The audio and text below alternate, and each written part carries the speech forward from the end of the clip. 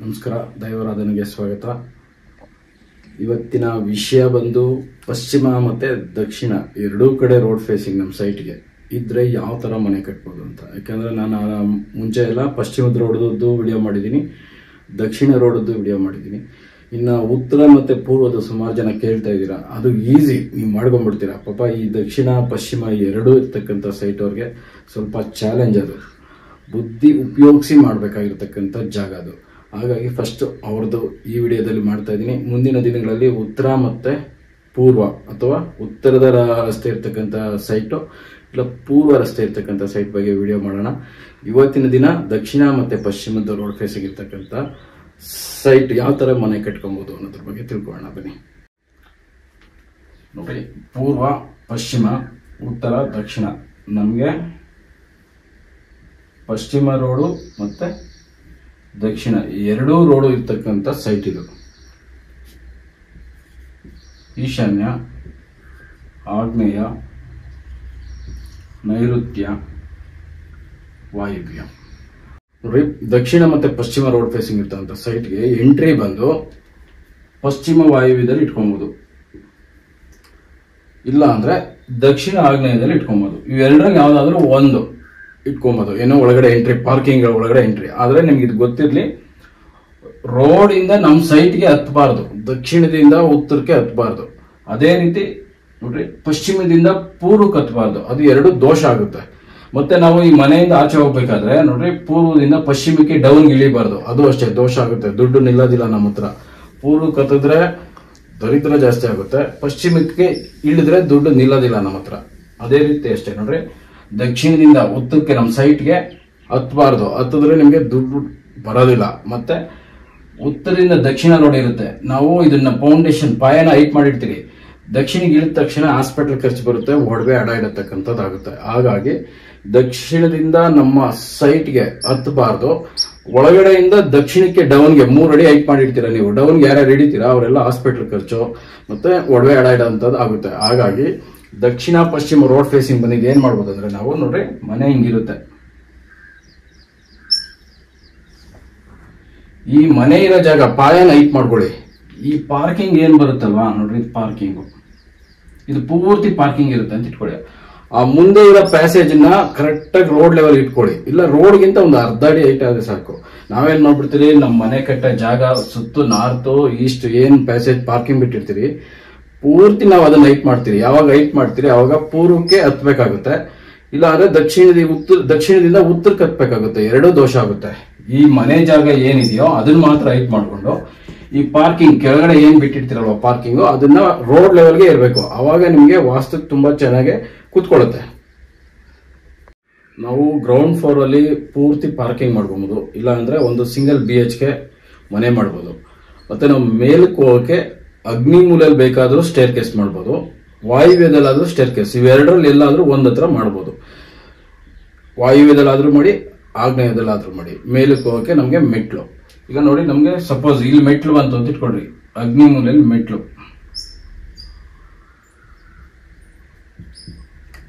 ಬರ್ಬೋದು, ತುಂಬಾ ಒಳ್ಳೆಯದು. ಅದೇ ರೀತಿ ವಾಯುವ್ಯದಲ್ಲಿ ಮೆಟ್ಲು ಇಲ್ಲೂ ಬರ್ಬೋದು. ನಿಮ್ಗೆ ಇಲ್ಲಿ ಪ್ಲಸ್ ಪಾಯಿಂಟ್ ಏನಪ್ಪಾ ಅಂದ್ರೆ, ಅಗ್ನಿ ಮೂಲೆಯಲ್ಲಿ ಮೆಟ್ಲು ಬಂದ್ರೆ ಅದ್ರ ಕೆಳಗಡೆ ಟಾಯ್ಲೆಟ್ ರೂಮ್ ಮಾಡಬಾರ್ದು, ಬಾತ್ರೂಮ್ ಮಾಡಬಾರ್ದು. ಏನಕ್ಕೆ ಅಗ್ನಿ ಮೂಲೆಯಲ್ಲಿ ನಮ್ಗೆ ಇಲ್ಲಿ ಅಡಿಗೆ ಮನೆ ಇರುತ್ತೆ. ಅಡಿಗೆ ಮನೆ ಆದ್ಮೇಲೆ ನಮ್ ಜಾಗದಲ್ಲೇ ಮುಂದಕ್ಕೆ ಯಾವುದೇ ರೂಮ್ ಬರಬಾರ್ದು. ಬಂತು ಅಂದ್ರೆ ಅಡಿಗೆ ಮನೆಯಲ್ಲಿ ನೀವು ಏನ್ ಅಡಿಗೆ ಮಾಡ್ತಾ ಇರ್ತೀರಲ್ವ, ಅಗ್ನಿ ಮೂಲೆ ಅದು ಕ್ಯಾನ್ಸಲ್ ಆಗೋಗ್ಬಿಡುತ್ತೆ. ನಮ್ ಸೈಟ್ ಅಲ್ಲಿ ಕೊನೆಯಲ್ಲಿ ಅಗ್ನಿ ಮೂಲೆಯಲ್ಲಿ ಅದು ನೀವು ಬಾತ್ರೂಮ್ ಆಗ್ಬೋದು, ಇನ್ನೊಂದು ಆಗ್ಬೋದು. ಬಂತು ಅಂದ್ರೆ ಅದಾದ್ಮೇಲೆ ನಮ್ಗೆ ಏನೋ ಅಡಿಗೆ ಮಾಡ್ಬೇಕು, ಬೆಂಕಿ ಉಪಯೋಗಿಸ್ಬೇಕು. ನಾವಿಲ್ಲಿ ಬಾತ್ರೂಮ್ ಮಾಡ್ಕೊಂಡ್ಬಿಡ್ತೀರಿ ಇಲ್ಲಿ ಮೆಟ್ಲು ಕೆಳಗಡೆ ಅಗ್ನಿ ಮೂಲೆಯಲ್ಲಿ. ಅವಾಗ ಏನಾಗುತ್ತೆ, ವ್ಯವಹಾರಗಳೆಲ್ಲ ಬ್ಲಾಕ್ ಆಗುತ್ತೆ. ಯಾಕೆಂದ್ರೆ ಇವಾಗೆಲ್ಲ ಗೀಸರು ಸೋಲಾರ್ ಯಾರು ಸೌದೆ ಒಲೆ ಉಪಯೋಗಿಸೋದಿಲ್ಲ. ಯಾವಾಗ ಕಾರ್ನರ್ ಆಗಿರೋಂಥ ರೂಮಲ್ಲಿ, ಅಗ್ನಿ ಮೂಲೆಯಲ್ಲಿ ಇರ್ತಕ್ಕಂಥ ರೂಮಲ್ಲಿ ಬೆಂಕಿ ಉರಿಯಲ್ವೋ, ಅವರು ನಾವು ಬೇರೆ ಹತ್ರ ಕೆಲ್ಸಕ್ಕೆ ಹೋಗ್ಬೋದೇ ಹೊರತು ನಾವು ಬಿಸ್ನೆಸ್ ಮಾಡ್ತೀರಿ ಅದೆಲ್ಲ ಮಾಡೋದಕ್ಕಾಗಲ್ಲ. ಅಲ್ಲಿ ಬೆಂಕಿ ಉರಿದ್ರೇನೆ ಬಿಸ್ನೆಸ್ ನಡೆಯೋದು. ಇದು ಒಂದು ಪಾಯಿಂಟ್. ಎರಡನೇ ಪಾಯಿಂಟ್, ಅಗ್ನಿ ಮೂಲೆಯಲ್ಲಿ ಮತ್ತೆ ನೀರು ಉಪಯೋಗಿಸಬಾರ್ದು. ನೀರು ಉಪಯೋಗಿಸಿದ್ರೆ ಹಾಸ್ಪಿಟಲ್ ಖರ್ಚು, ಮನೆ ಒಳಗಡೆ ಅತ್ತೆ ಸೊಸೆ ಗಲಾಟೆ, ಗಂಡ ಹೆಂಡತಿ ಗಲಾಟೆ, ಮಕ್ಕಳು ಮಾತು ಕೇಳಲ್ಲ. ಒಟ್ಟಿನಲ್ಲಿ ಆ ನೀರು ಎಷ್ಟು ಉಪಯೋಗಿಸ್ತಾರೆ ಅಷ್ಟು ಗಲಾಟೆ ಇರುತ್ತೆ, ಮತ್ತೆ ಅಷ್ಟೇ ಸಾಲ ಮಾಡ್ತಾ ಹೋಗ್ತಾರೆ, ಹಾಸ್ಪಿಟಲ್ ಖರ್ಚು ಬರ್ತಾ ಇರುತ್ತೆ. ಅಗ್ನಿ ಮೂಲೆಯಲ್ಲಿ ಮೆಟ್ಲು ಕೆಳಗಡೆ ಬಾತ್ರೂಮ್ ಮಾಡಿದ್ರೆ, ಮನೆಯೆಲ್ಲ ಕೇಳ್ತಿದ್ರು ಬಾತ್ರೂಮ್ ಮಾಡಲ್ವಾ ಸರ್, ಟಾಯ್ಲೆಟ್ ಮಾಡ್ತೀರಿ ಅಂತ. ನೀರು ಉಪಯೋಗಿಸಬಾರ್ದು ಅನ್ನೋದು ನಮ್ಮ ಉದ್ದೇಶ. ಮತ್ತೆ ವಾಯುವ್ಯದಲ್ಲಿ ಮೆಟ್ಲು ಬಂದ್ರೆ ವಾಯುವ್ಯದಲ್ಲಿ ಎಷ್ಟು ನೀರು ಉಪಯೋಗಿಸ್ತೀರೋ ಅಷ್ಟು ತುಂಬಾ ಒಳ್ಳೇದು. ನೋಡ್ರಿ, ನಾನು ನಿಮ್ಗೆ ಹೇಳ್ಬಿಡ್ತೀನಿ. ಈಶಾನ್ಯದಲ್ಲಿ ನೀರು ಉಪಯೋಗಿಸಿದ್ರೆ ಒಳ್ಳೇದು ಇಲ್ಲ, ಕೆಟ್ಟದಿಲ್ಲ. ಉಪಯೋಗಿಸ್ಬಾರ್ದು ಅಂತಲ್ಲ, ಆದ್ರೆ ಇಲ್ಲಿ ಒಳ್ಳೇದು ಇಲ್ಲ, ಕೆಟ್ಟದಿಲ್ಲ. ಅದೇ ರೀತಿ ಆಗ್ನೇಯದಲ್ಲಿ ಉಪಯೋಗಿಸಿದ್ರೆ, ಈಗ ನಾನು ಹೇಳಿದೆ ಹಾಸ್ಪಿಟ್ಲ್ ಖರ್ಚು ಗಲಾಟೆ ಅಂತ. ಮತ್ತೆ ನೈಋತ್ಯದಲ್ಲಿ ಉಪಯೋಗಿಸಿದ್ರೆ ಇಲ್ಲಿ ಎಷ್ಟು ನೀರು ಉಪಯೋಗಿಸ್ತಾರೆ ಅಷ್ಟು ಸಾಲ ಮಾಡ್ತಾರೆ. ವಾಯುವ್ಯದಲ್ಲಿ ಸ್ಟೇರ್ ಕೇಸ್ ಬಂತು, ಸ್ಟೇರ್ ಕೇಸ್ ಕೆಳಗಡೆ ಬಾತ್ರೂಮು, ಟಾಯ್ಲೆಟ್ ರೂಮು, ಮತ್ತೆ ಆಚೆ ಕಡೆ ಕಾರ್ ತೊಳೆಯೋದಕ್ಕೆ ಒಂದು ನಲ್ಲಿ, ಹಸುಗಳಿದ್ರೆ ಹಸುಗಳೆಲ್ಲ ತೊಳೆಯೋದಕ್ಕೆ ಒಂದು ನಲ್ಲಿ. ಈ ವಾಯುವ್ಯದಲ್ಲಿ ಎಷ್ಟು ನೀರು ಉಪಯೋಗಿಸ್ತೀರಾ ನೀವು ಅಷ್ಟು ದುಡ್ಡು ಉಳಿಸ್ತಾ ಬರ್ತೀರಾ. ಹಾಗಾಗಿ ನನ್ನ ಅನಿಸಿಕೆ, ನನ್ನ ಅನುಭವದ ಪ್ರಕಾರ ವಾಯುವ್ಯದಲ್ಲಿ ಸ್ಟೇರ್ ಕೇಸ್ ಮಾಡ್ಕೊಂಡು ಆಗ್ನೇಯದಲ್ಲಿ ಸ್ಟೇರ್ ಕೇಸ್ ನ ಒಳಗಡೆ ಕಾರ್ ಬರೋದಕ್ಕೆ ಎಂಟ್ರಿ ಮಾಡ್ಕೊಬಹುದು. ಎರಡರಲ್ಲೂ ಜಾಗ ಇದೆ. ಆದ್ರೆ ಅಗ್ನಿ ಮೂಲೆಯಲ್ಲಿ ನಮಗೆ ಸ್ಟೇರ್ ಕೇಸ್ ಬಂದ್ರೆ ಅಲ್ಲಿ ಬಾತ್ರೂಮ್ ಮಾಡಬಾರ್ದು. ಅದ್ರ ಬದಲಾಗಿ ದಕ್ಷಿಣ ಮತ್ತೆ ಪಶ್ಚಿಮ ರೋಡ್ ಫೇಸಿಂಗ್ ಇರ್ತಕ್ಕಂಥ ಸೈಟ್ಗೆ ವಾಯುವ್ಯದಲ್ಲಿ ಮಾಡ್ಬಿಟ್ರೆ ನಮ್ ಕೆಳಗಡೆ ಇರ್ತಕ್ಕಂಥ ಮೆಟ್ಲು ಕೆಳಗಡೆ ಇರ್ತಕ್ಕಂಥ ಜಾಗನ ಸ್ನಾನದ ಮನೆ ಆಗಿ ಟಾಯ್ಲೆಟ್ ರೂಮ್ ಆಗಿ ಕನ್ವರ್ಟ್ ಮಾಡೋದಕ್ಕೆ ಅವಕಾಶ ಇದೆ. ನಮಗೆ ಜಾಗ ವೇಸ್ಟ್ ಆಗಲ್ಲ. ಅಗ್ನಿ ಮೂಲೆ ಮೆಟ್ಲು ಬರ್ಬೋದು, ಆದ್ರೆ ಬಾತ್ರೂಮ್ ಮಾಡಬಾರ್ದು. ಹಾಗಾಗಿ ವಾಯುವ್ಯದಲ್ಲಿ ಮಾಡೋದು ಬೆಟರ್. ಇದು ಅಗ್ನಿ ಮೂಲೆಗಿಂತ ವಾಯುವ್ಯದಲ್ಲಿ ತುಂಬಾ ಒಳ್ಳೇದು. ಇನ್ನು ಅಗ್ನಿ ಮೂಲೆಯಲ್ಲಿ ಸ್ಟೇರ್ ಕೇಸ್ ಮಾಡಿರೋ ನೋಡಿ, ಇಲ್ಲಿ ಬರುತ್ತೆ. ಅಂದ್ರೆ ಇಲ್ಲಿ ಹತ್ತಿ ಬಲಗಡೆಯಿಂದ ನಾವು ಮೇಲೆಗೆ ನೋಡ್ರಿ, ಉತ್ತರದಿಂದ ದಕ್ಷಿಣಕ್ಕೆ ಹತ್ತಿ ಮತ್ತೆ ಪಶ್ಚಿಮಕ್ಕೆ ತಿರುಗಿ ಮತ್ತೆ ಉತ್ತರಕ್ಕೆ ತಿರುಗ್ತೀರಿ. ಭಾರ ಎಲ್ಲ ನೋಡಿ ಲ್ಯಾಂಡಿಂಗ್ ಇಲ್ಲಿ ಇರುತ್ತೆ. ಅದು ನಮಗೆ ಅರ್ಧದಿಂದ ಮುಂದಕ್ಕೆ ದೇವಮೂಲೆಗೆ ಲ್ಯಾಂಡಿಂಗ್ ಇರಬಾರ್ದು. ಇಲ್ಲೆಲ್ಲಾದ್ರೂ ಲ್ಯಾಂಡಿಂಗ್ ಸ್ಟಾರ್ಟ್ ಆಗಿ ಹಿಂಗ್ ಬಂದ್ರೆ ಭಾರ ಎಲ್ಲ ಇದ್ರ ಮೇಲೆ ಇರುತ್ತೆ. ಮೇಲೆ ಹೋಗಿ ನಮ್ಮ ಮನೆಗೆ ಇಲ್ಲಿ ಟಚ್ ಆಗೋದು ಸ್ಟೇರ್ ಕೇಸ್. ಇದು ಕರೆಕ್ಟ್ ಆಗಿದೆ. ಅಂದ್ರೆ ಅಗ್ನಿ ಮೂಲೆಯಲ್ಲಿ ಬಂದಾಗ ನಾವು ಮೆಟ್ಲು ಕ್ಲಾಕ್ ವೈಸ್ ತಿರುಗ್ತೀರಿ. ಅದೇ ನೋಡ್ರಿ, ವಾಯುವ್ಯದಲ್ಲಿ ಬಂದಾಗ ನಾವು ಇಲ್ಲಿ ಕ್ಲಾಕ್ ವೈಸ್ ತಿರ್ಗೋದಕ್ಕೆ ಬರಲ್ಲ. ನಮ್ಮ ಋಷಿ ಮುನಿಗಳು ಅವರೆಲ್ಲ ತುಂಬಾ ಯೋಚನೆ ಮಾಡಿ, ನಮ್ಮ ಹಿರಿಯರು ಅವರೆಲ್ಲ ಬುಕ್ಕಲ್ಲಿ ಗ್ರಂಥದಲ್ಲಿ ಬರ್ದಿರೋದು ಇದೇನೆ. ವಾಯುವ್ಯದಲ್ಲಿ ಬಂದ್ರೆ ಈ ಕಡೆಯಿಂದ ಹತ್ತಿ ಎಡಗಡೆಗೆ ತಿರುಗಬೇಕು. ಏನಕ್ಕೆ ಅಂದ್ರೆ ನೋಡಿ, ಈ ಕಡೆಯಿಂದ ಹತ್ತಿದಾಗ ಇದು ನಮ್ಗೆ ಮನೆಗೆ ಟಚ್ ಆಗಿರುತ್ತೆ. ಭಾರ ಎಲ್ಲ ಉತ್ತರಕ್ಕೆ ನಮ್ಮ ಮನೆಗೆ ಟಚ್ ಆಗಿ ಕುತ್ಕೊಳ್ಳುತ್ತೆ ಲ್ಯಾಂಡಿಂಗ್. ನೋಡ್ರಿ, ಇಲ್ಲಿ ಲ್ಯಾಂಡಿಂಗ್ ಬಂದು ಇಲ್ಲಿ ಕುತ್ಕೊಂತು, ನಮ್ಮ ಮನೆಗೆ ಟಚ್ ಇಲ್ಲ. ಆದ್ರೆ ಇಲ್ಲಿ ಕ್ಲಾಕ್ ವೈಸ್ ತಿರುಗಕ್ಕೆ ಹೋದ್ರೆ ನಾವು ಈ ಭಾರ ಎಲ್ಲ ನಮ್ಮ ಮನೆಗೆ ಟಚ್ ಆಗುತ್ತೆ. ಅದ್ರ ಬದಲಾಗಿ ಮುಂಚೆಯಿಂದ ನಾವು ಏನ್ ಮಾಡ್ಕೊಂಡ್ ಬಂದಿದ್ದೀರಿ, ನಮ್ಮ ಹಿರಿಯರು ಏನ್ ಪಾಲಿಸ್ಕೊಂಡ್ ಬಂದಿದ್ದಾರೆ, ನಮ್ಮ ಋಷಿ ಮುನಿಗಳು ಏನ್ ಬರ್ದಿದ್ದಾರೆ ಅಂದ್ರೆ ಮೆಟ್ಲು ಇಲ್ಲಿ ಬರ್ಬೇಕು, ಯಾವ ಡೈರೆಕ್ಷನ್ ಅಲ್ಲಿ ತಿರ್ಗಬೇಕು ಅಂತ ಬರ್ದಿಲ್ಲ. ಆದ್ರೆ ನಾವು ಇಲ್ಲಿ ಕ್ಲಾಕ್ ವೈಸ್ ತಿರ್ಗಕ್ ಹೋದಾಗ ಈ ಭಾರ ಎಲ್ಲ ನಮ್ಮ ಮನೆಗೆ ಟಚ್ ಆಗುತ್ತೆ. ಅದು ತಪ್ಪು. ಇನ್ನು ನಮ್ಗೆ ಫಿಟ್ ನೋಡ್ರಿ, ಮನೆ ಪೂರ್ವದಿಂದ ಪಶ್ಚಿಮಕ್ಕೆ ಎಷ್ಟಿದೆ ಅದನ್ನ ಅಳತೆ ಮಾಡಿ, ಪೋರ್ಟಿಕ ಬಿಟ್ಬಿಡಿ. ಆಚಾಪಾರಿಂದ ಆಚಾಪಾರು ಉತ್ತರ ಮಧ್ಯ ಭಾಗದಲ್ಲಿ ಬರಬೇಕು ಫಿಟ್. ಈ ಕಡೆ 1.5 ಅಡಿ ಹೊಡೆದ್ರೆ ಈ ಕಡೆ 1.5 ಅಡಿ ಬರ್ಬೇಕು ಫಿಟ್. ಅದೇ ರೀತಿ ಇಲ್ಲ ಸರ್ ನಮ್ಗೆ ಉತ್ತರ ಜಾಗ ಇಲ್ಲ ಅಂದಾಗ ಇದು ಯಾವ ಫೇಸಿಂಗ್ ಇರ್ತಕ್ಕಂಥ ಮನೆಗಾದ್ರೂ ಇದೇ ಸೇಮ್ ಅಪ್ಲೈ ಆಗೋದು. ಫಿಟ್ ಮತ್ತೆ ಸಂಪು ನೋಡ್ರಿ, ಇಲ್ಲಿ ಮಧ್ಯ ಭಾಗದಲ್ಲಿ ಮಾಡಬೇಕು ಫಿಟ್. ಮತ್ತೆ ಇನ್ನು ಸಂಪು ತಗೊಂಡ್ರೆ ನೋಡ್ರಿ, ಈ ಲೈನ್ ಸಿಗ್ಬಾರ್ದು. ಅದೇ ರೀತಿ ಈ ಲೈನ್ಗೂ ಸಿಗ್ಬಾರ್ದು. ಅಂದ್ರೆ ದಕ್ಷಿಣದಿಂದ ಉತ್ತರಕ್ಕೆ ಒಂದು ಲೈನ್ ಹಾಕಿದಾಗ, ಪಶ್ಚಿಮದಿಂದ ಪೂರ್ವಕ್ಕೆ ಲೈನ್ ಹಾಕಿದಾಗ ಈ 2 ಲೈನ್ ಕ್ರಿಯೇಟ್ ಆಗುತ್ತೆ. ಮತ್ತೆ ನೋಡಿ, ಇದು ನೈಋತ್ಯದಿಂದ ಇನ್ನೊಂದು ಲೈನ್ ತಗೊಂತೀವಿ ನಾವು. ಈ 3 ಲೈನ್ಗೂ ಸಿಗದಿರೋ ತರ ನಾವು ಸಂಪನ್ನ ಮಾಡ್ಕೊಬಹುದು. ನೋಡ್ರಿ, ಇಲ್ಲಿ ಮಾಡ್ಕೊಬಹುದು, ಇಲ್ವಾ ಇಲ್ಲಿ. ಅಂದ್ರೆ ಪೂರ್ವ ಈಶಾನ್ಯ ಆದ್ರೆ ಆರೋಗ್ಯ ತುಂಬಾ ಚೆನ್ನಾಗಿರುತ್ತೆ. ಉತ್ತರ ಈಶಾನ್ಯ ಆದ್ರೆ ಫೈನಾನ್ಷಿಯಲಿ ಸ್ಟ್ರಾಂಗ್ ಆಗ್ತಾ ಹೋಗ್ತಾರೆ. ಅದೇ ರೀತಿ ನೋಡ್ರಿ, ಇದೇನ್ ಬರುತ್ತಲ್ಲ ಇದು ಈ ತರ ನಮ್ ಡೋರ್ಗೆ ಅಡ್ಡ ಬರ್ದಿರೋ ತರ ಈ ತರನು ನಾವು ಸಂಪನ್ನ ಮಾಡ್ಕೊಬಹುದು. ಈಗ ಸಂಪದ ಮುಗೀತು. ನೆಕ್ಸ್ಟ್ ನಮ್ಗೆ ಮನೆಗೆ ದಕ್ಷಿಣ ರೋಡ್ ಇತ್ತು, ದಕ್ಷಿಣ ಖಾಲಿ ಬಂತು. ಅದ್ರಲ್ಲಿ ಏನಾದ್ರೂ ದಕ್ಷಿಣದಲ್ಲಿ ಡ್ರೈನೇಜ್ ಇದ್ರೆ ಅದ್ರ ಮೇಲೆ ಓಪನ್ ಇರಬಾರ್ದು. ಪಂಚಾಯತ್ ಆಗ್ತಾರೋ BBMP ಆಗ್ತಾರೋ ಇಲ್ಲ ನೀವೇ ಸ್ಲ್ಯಾಬ್ ಹಾಕ್ತೀರಾ. ಒಟ್ಟಿನಲ್ಲಿ ಪಶ್ಚಿಮ ಮತ್ತೆ ದಕ್ಷಿಣ ಡ್ರೈನೇಜ್ ಬಂದಾಗ ಈ ಡ್ರೈನೇಜ್ ಓಪನ್ ಇಲ್ದಿರೋ ತರ ನೋಡ್ಕೊಬೇಕು ನೀವು. ನೀವೇ ಆಗ್ಲಿ ಚಪ್ಪಡಿನ ಒಂದು ಸ್ಲ್ಯಾಬ್, ಸಿಮೆಂಟ್ ಸ್ಲ್ಯಾಬ್ ಏನಾದ್ರು ಹಾಕಿ ಅದನ್ನ ಹಳ್ಳ ಕಾಣ್ದಿರೋ ತರ ನೋಡ್ಕೊಬೇಕು.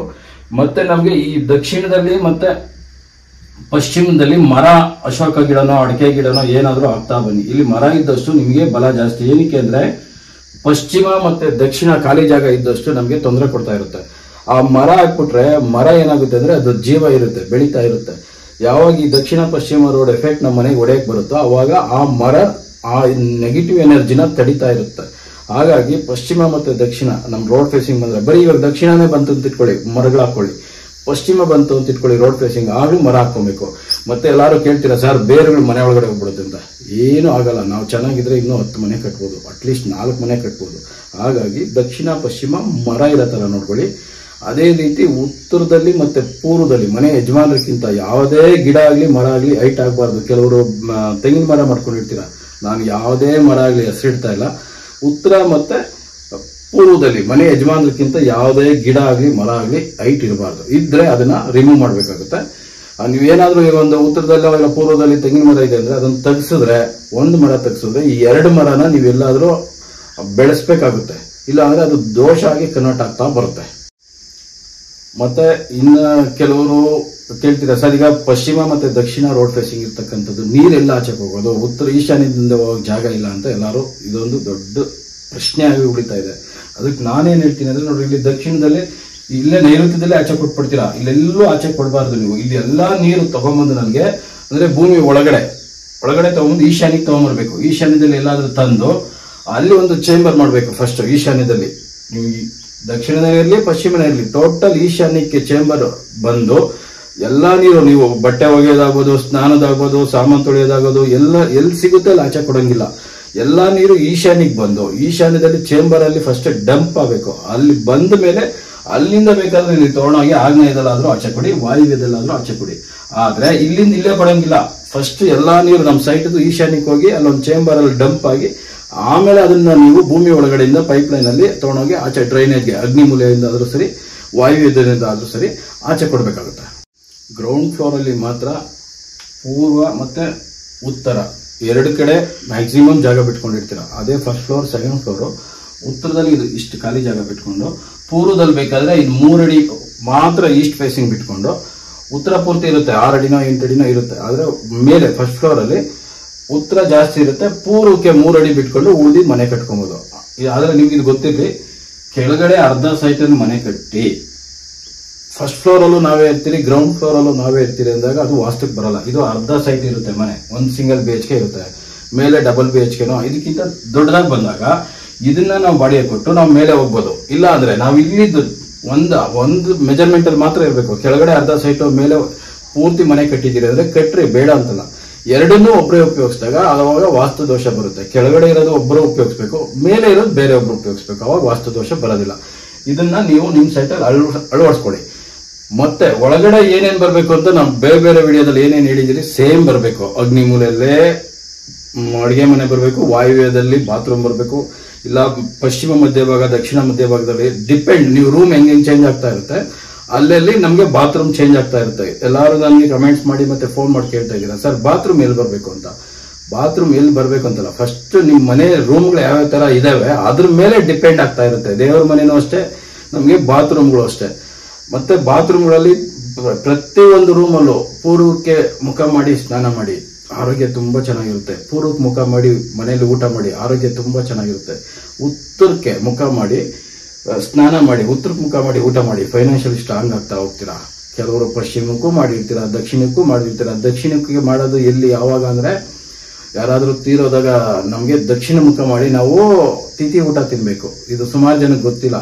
ತಿಥಿ ಊಟದಲ್ಲಿ ಮಾತ್ರನೇ ದಕ್ಷಿಣಕ್ಕೆ ಮುಖ ಮಾಡಿ ಊಟ ಮಾಡಿದ್ರೆ ಅದು ತುಂಬಾ ಶ್ರೇಯಸ್ಸು. ಇನ್ನು ಮನೆಯಲ್ಲಾಗ್ಲಿ ಬೇರೆ ಹೋಟ್ಲ್ ಎಲ್ಲೇ ಆಗ್ಲಿ ನಾವು ಡೈಲಿ ಉಪಯೋಗಿಸ್ತಕ್ಕಂಥ ಆಹಾರ ನಾವು ಉತ್ತರಕ್ಕೆ ಮುಖ ಮಾಡಿ ಪೂರ್ವಕ್ಕೆ ಮುಖ ಮಾಡಿ ಮ್ಯಾಕ್ಸಿಮಮ್ ಊಟ ಮಾಡಿ. ನೀವು ಕೇಳೋದು ಏನ್ ಸರ್ ಪ್ರತಿ ಹೋಟ್ಲಲ್ಲೂ ನೋಡಕ್ ಆಗುತ್ತಾ ಅಂತ, ಯಾಕಾಗೋದಿಲ್ಲ? ಪ್ರಯತ್ನ ಪಡಿ, ಆಗುತ್ತೆ. ಪ್ರಯತ್ನ ಪಡೆದಿರನೇ ಒಪ್ಕೊಳ್ಳೋದು ಬೇಡ, ಪ್ರಯತ್ನ ಪಡಿ. ಸಾಧ್ಯವಾದಷ್ಟು ಅದನ್ನ ಅಳವಡಿಸ್ಕೊಂತ ಹೋಗಿ. ಮತ್ತೆ ಪಶ್ಚಿಮ ಮತ್ತೆ ದಕ್ಷಿಣ ಯಾವುದೇ ರೋಡ್ ಫೇಸಿಂಗ್ ಎರಡೂ ಇದ್ರೂ ಸರಿ, ಒಂದೊಂದು ಸಿಂಗಲ್ ಪಶ್ಚಿಮ ರೋಡ್ ಫೇಸಿಂಗ್ ಇದ್ರು ಅಷ್ಟೇ, ದಕ್ಷಿಣ ರೋಡ್ ಫೇಸಿಂಗ್ ಇದ್ರು ಅಷ್ಟೇ. ಸಂಪು ಯಾವ ಕಡೆನೂ ಕೊಡಬೇಡಿ. ದಕ್ಷಿಣ ಮತ್ತೆ ಪಶ್ಚಿಮ 2 ಕಡೆ ಸಂಪಾಗ್ಲಿ ಮತ್ತೆ ಬೋರ್ವೆಲ್ ಆಗ್ಲಿ, ಕೆಲವೊಂದು ಹಳ್ಳ ಇರುತ್ತೆ, ಹಳ್ಳ ಇರೋದು, ಈ ಬಾತ್ರೂಮ್ಗಳು ಮಾಡೋದು ದಕ್ಷಿಣ ಮತ್ತೆ ಪಶ್ಚಿಮದಲ್ಲಿ ಮ್ಯಾಕ್ಸಿಮಮ್ ಅವಾಯ್ಡ್ ಮಾಡಿ. ಪೂರ್ವ ಮತ್ತೆ ಉತ್ತರದಿಂದ ಮನೆ ಒಳಗಡೆ ಗಾಳಿ ಬೆಳಕು ಜಾಸ್ತಿ ಬರಲಿ. ಅದೇ ರೀತಿ ದಕ್ಷಿಣ ಮತ್ತೆ ಪಶ್ಚಿಮದಲ್ಲಿ ಗಾಳಿ ಬೆಳಕು ಕಡಿಮೆ ಬರಲಿ. ಈಗ ನಾವು ತುಮಕೂರು ರೋಡಲ್ಲಿ ಹೋದ್ರೆ ಸುಮಾರು ಹೋಟೆಲ್ಸ್ ಇದೆ, ಎಲ್ಲ ದಕ್ಷಿಣ ರೋಡ್ ಫೇಸಿಂಗ್. ಅವ್ರು ನೋಡಿ ಎಲ್ಲ ಕರ್ಟನ್ ಹಾಕಿದ್ದಾರೆ, ಅದು ವಾಸ್ತುಗೋಸ್ಕರ ಹಾಕಿರೋದು. ಯಾಕಂದ್ರೆ ನಮಗೆ ದಕ್ಷಿಣದಿಂದ ಪಶ್ಚಿಮದಿಂದ ನಾವು ಇದಕ್ಕೋದ್ರು ಅಷ್ಟೇ, ಏನು ಮಂಗಳೂರು ರೋಡ್ ಹೋದ್ರು ಅಷ್ಟೇ, ನಮಗೆ ಆ ರೋಡ್ಗಳೆಲ್ಲ ಕರ್ಟನ್ ಹಾಕಿದ್ದಾರೆ. ಏನಕ್ಕೆ ಅಂದ್ರೆ ದಕ್ಷಿಣ ಪಶ್ಚಿಮ ರೋಡ್ ಫೇಸಿಂಗ್ ಬಂದಾಗ ಆ ಗಾಳಿ ಬೆಳಕು ಅವಾಯ್ಡ್ ಆಗಬೇಕು. ಹಾಗಾಗಿ ನೀವು ಅಷ್ಟೇ ನಿಮ್ಮ ಮನೆಗಳಲ್ಲಿ ಉತ್ತರ ಮತ್ತೆ ಪೂರ್ವದಿಂದ ಗಾಳಿ ಬೆಳಕು ಜಾಸ್ತಿ ಬರೋ ತರ ಮಾಡಿ. ಬೆಳಗ್ಗೆ ಹೊತ್ತು ಅಟ್ಲೀಸ್ಟ್ 8-9 ಗಂಟೆ ತನಕನಾದ್ರೂ ಕಿಟಕಿಗಳು ಓಪನ್ ಮಾಡಿ, ಪಾಸಿಟಿವ್ ಎನರ್ಜಿ ಒಳಗಡೆ ಬರ್ತಾ ಇರುತ್ತೆ. ಇನ್ನು ಮಧ್ಯಾಹ್ನದ ಮೇಲೆ ನೆಗೆಟಿವ್, ಸೂರ್ಯ ಆ ಕಡೆ ಹೊರಟೋಗ್ತಾನೆ ಪಶ್ಚಿಮಕ್ಕೆ, ಆವಾಗ ಆ ಕಡೆಯಿಂದ ಗಾಳಿ ಬೆಳಕು ಕಡಿಮೆ ಬರಬೇಕು. ಹಾಗಾಗಿ ಪಶ್ಚಿಮ ಮತ್ತೆ ದಕ್ಷಿಣದಲ್ಲಿ ಕಿಟಕಿಗಳು ಕಡಿಮೆ ಮಾಡಿ, ಇದಾವೆ ಅನ್ನೋರು ಮ್ಯಾಕ್ಸಿಮಮ್ ಕರ್ಟನ್ ಹಾಕೊಳ್ಳಿ. ಇದು ಇವತ್ತಿನ ವಿಷಯ. ನಿಮ್ಗೆ ಇಷ್ಟ ಆಯ್ತು ಅಂತ ತಿಳ್ಕೊಂತೀನಿ. ನಿಮ್ಗೆ ಇನ್ನೂ ಏನಾದ್ರೂ ಇದ್ರ ಬಗ್ಗೆ ಮಾಹಿತಿ ಬೇಕಾದ್ರೆ ಕಮೆಂಟ್ಸ್ ಮಾಡಿ, ಇಲ್ಲಾಂದ್ರೆ ಡೈರೆಕ್ಟ್ ಫೋನ್ ಮಾಡಿ.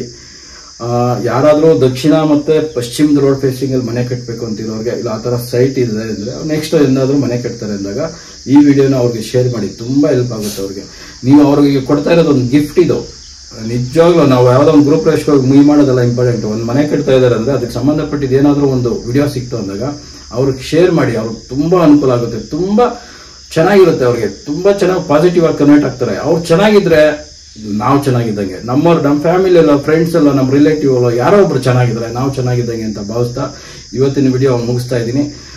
ಮ್ಯಾಕ್ಸಿಮಮ್ ಆದಷ್ಟು ವಾಟ್ಸಪ್ ಅಲ್ಲಾಗಲಿ, ಫೇಸ್ಬುಕ್ ಅಲ್ಲಾಗಲಿ, ಯೂಟ್ಯೂಬ್ ಅಲ್ಲಾಗಲಿ, ಯಾರೇ ಆಗಲಿ ನಿಮ್ಮ ಫ್ರೆಂಡ್ ಸರ್ಕಲ್ ಅಲ್ಲಿ ಯಾರಿದ್ದಾರೆ ಅವ್ರಿಗೆ ಈ ವಿಡಿಯೋನ ಶೇರ್ ಮಾಡಿ ಅಂತ ಹೇಳ್ತಾ ಈ ವಿಡಿಯೋನ ಮುಗಿಸ್ತಾ ಇದ್ದೀನಿ. ನಮಸ್ಕಾರ.